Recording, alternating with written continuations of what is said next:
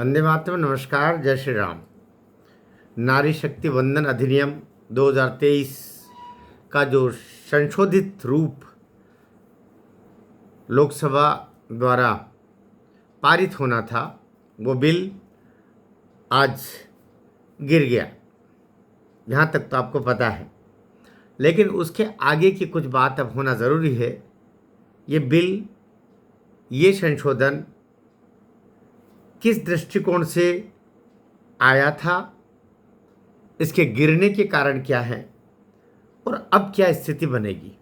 पहली बात कि यह नरेंद्र मोदी सरकार 2024 के चुनावों से पहले, जब सरकार के पास 303 खुद के सांसद हुआ करते थे, उस समय ये सरकार लेकर के आई थी और नए संसद भवन में आगमन के साथ में यह बिल आया।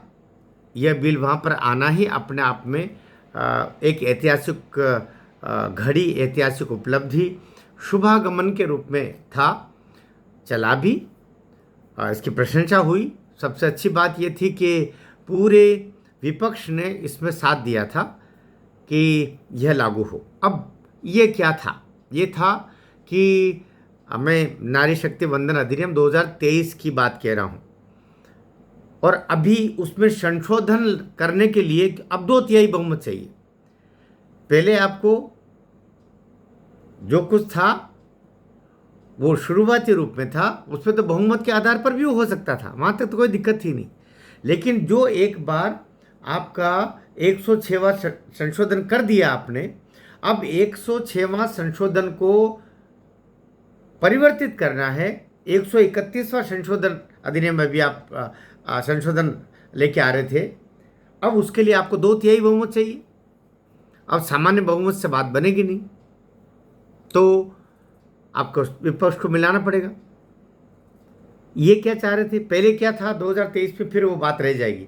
2023 में था कि भाई 2026 में 2024 के चुनाव से पहले का जो अधिनियम सर्वसम्मति से नारी शक्ति वंदन अधिनियम पास हुआ था, ऐतिहासिक काम हो गया। उसमें क्या था? उसमें जो संसद ने सर्वानुमति से पास किया था कि 2026 में जनगणना होगी, जनगणना के बाद में आंकड़े प्राप्त होंगे, 2029 का चुनाव तक ये आंकड़े आ जाएंगे और उस समय फिर एक परिसीमन आयोग बैठेगा। ये परिसीमन आयोग फिर शीघ्रता से कार्य अपना करेगा। एक 1.5-2 साल लग जाएंगे उसमें, और होते होते 29 में तो नहीं, लेकिन 34 में जो 2034 में जो लोकसभा होगी, उस समय 33% महिलाओं को आरक्षण प्राप्त करने का काम हो जाएगा, क्योंकि उस समय जनगणना भी आपकी ये 2026 वाली पूर्ण हो जाएगी, इसके आंकड़े आ जाएंगे। उसके बाद में परिसीमन हो जाएगा। परिसीमन तो होगा ही, परिसीमन होगा, जनगणना पूर्ण हो जाएगी, आंकड़े आ जाएंगे, परिसीमन हो जाएगा। उसके बाद 2034 से ये आनंदपूर्वक लागू होगा 33% आरक्षण महिलाओं के लिए। ये सब तय था, कौन होगा कौन नहीं होगा, उसमें जाति वर्ग ये वो सारा स्पष्ट है, कोई गुंजाइश थी नहीं। ये तो बात हो गई। लेकिन सरकार को लगा कि ये ज़्यादा लंबित हो रहा है, 2026 की जनगणना होगी, परिसीमन होगा, बहुत देर लगेगी। तो 2011 के जो जनगणना के आंकड़े हमारे पास में है, उन्हीं को आधार रखते हुए हम इसको 33% आरक्षण का काम कर देते, और उसके बाद में जो परिसीमन वगैरह का काम तो हो चल ही रहा है 2026 का, तो ताकि 2029 में जब चुनाव हो लोकसभा का, तो ये 33% लागू होकर के ही हो जाए, क्योंकि तब तक 2011 के अनुकूल सीटों का निपटारा, परिसीमन और आंकड़े, ये सब कुछ हो जाएगा।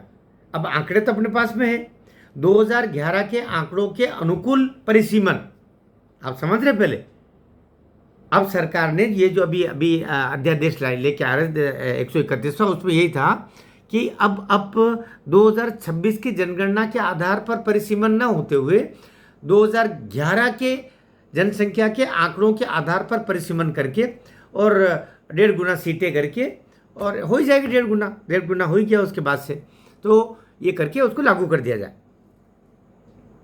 लेकिन विपक्ष को ये मंजूर नहीं था।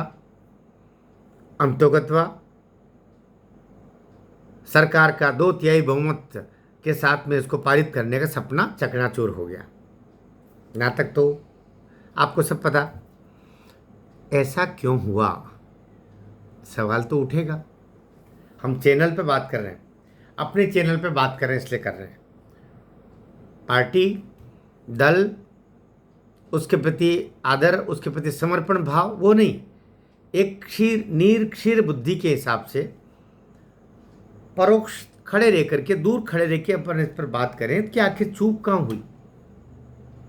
माना कि अभी ये बहुत जल्दी जल्दी आ रहा था, जल्दी जल्दी आया। 23 अप्रैल को इसमें पश्चिम बंगाल में वोटिंग है, फिर 29 को है।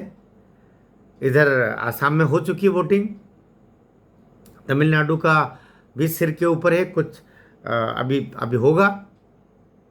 तो क्या खेल हुआ, फ्लोर लीडर कहाँ कमज़ोर रह गए, सवाल उठेगा।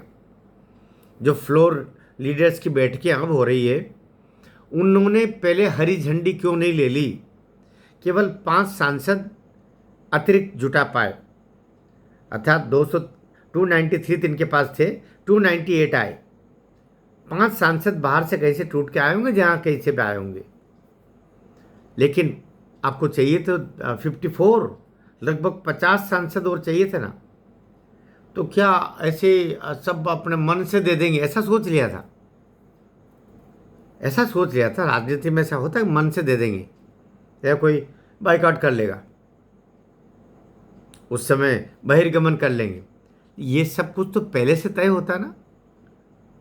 जो फ्लोर लीडर्स जानते हैं कि ये सब भी पहले से तय होता है कि कौन क्या करेगा, कौन सा दल क्या करेगा, कौन उठ के जाएगा, कौन विरोध करेगा, कौन उस दिन आएगा ही नहीं, सब कुछ तय होगा ना। अटल जी की सरकार 1 वोट से गिरी थी, हम उसको कैसे भूल सकते हैं? 1 वोट से तो गिरी थी। ऐसी बड़ी चूक कैसे हुई? कोई ज़रूरत नहीं थी। फिर अगर हमारे पास में 2/3 बहुमत की संभावना नहीं थी, तो शायद इतना सब कुछ करने की क्या ज़रूरत थी। सामान्य जनता जो आपकी बहुत सारी पेचीदगियों को नहीं जानते, वो केवल हार और जीत जानते हैं। उनको केवल ये समझ में आएगा, सरकार एक कानून लेके आई थी, लेकिन सरकार ही हार गई, उसमें क्या जवाब देंगे? सोचने वाली बात तो है। सोचो भैया, सोचो। फ्लोर लीडर्स के सोचने वाली बात है। ये शायद मोदी जी, अमित शाह जी तक ये बातें गई नहीं होगी, नीचे के खिलाड़ी। क्योंकि धर्मेंद्र प्रधान पास भी बैठे बैठे हंस रहे थे। मैंने एक व्यू उनका देखा था हंसते हुए का, और जब अमित शाह बोल रहे थे, ये धर्मेंद्र प्रधान ही जिसने यूजीसी में डुबोया है। ये धर्मेंद्र प्रधान ही है जिसने झारखंड में अभी SC ST और OBC के आरक्षण को लगभग दुगना करवा दिया है। जब पंजाब के चुनाव, पश्चिम बंगाल के चुनाव सामने, संभल के रहिए। खोपड़ी काम नहीं कर रही है।